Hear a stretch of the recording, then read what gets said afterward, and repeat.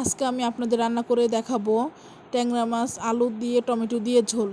প্রথমে আমি কিছু পেঁয়াজ ভেজে নিলাম। পেঁয়াজের মধ্যে দিয়ে দিলাম লবণ, আদা বাটা, ধনে গুঁড়ো, হলুদের ফাঁকি, মরিচের ফাঁকি দিয়ে সুন্দর করে কষিয়ে নিলাম। এখন এর মধ্যে দিয়ে দেবো একটা টমেটো কুচি আর দুইটো কাঁচামরিচ দিয়ে সুন্দর করে একটু কষিয়ে নিয়ে তার মধ্যে দিয়ে দিব কিছু আলু দিয়ে আবার একটু সামান্য কষিয়ে নিব। কষিয়ে সুন্দর করে যখন একটা কালার আসবে তখন দিয়ে দিব পুঁটি মাছগুলো দিয়ে একটু সুন্দর করে নেড়ে চেড়ে সুন্দর করে কষিয়ে নিব। কষিয়ে নেওয়ার পর সামান্য পরিমাণ পানি দিয়ে দিব। পানি দিয়ে সুন্দর করে নেড়ে তারপরে এটাকে যখন বলক আসবে সুন্দর মতো হয়ে যাওয়ার মতো হবে তখন দিয়ে দিব সামান্য কিছু জিরা গুঁড়ো আর ধনে পাতা দিয়ে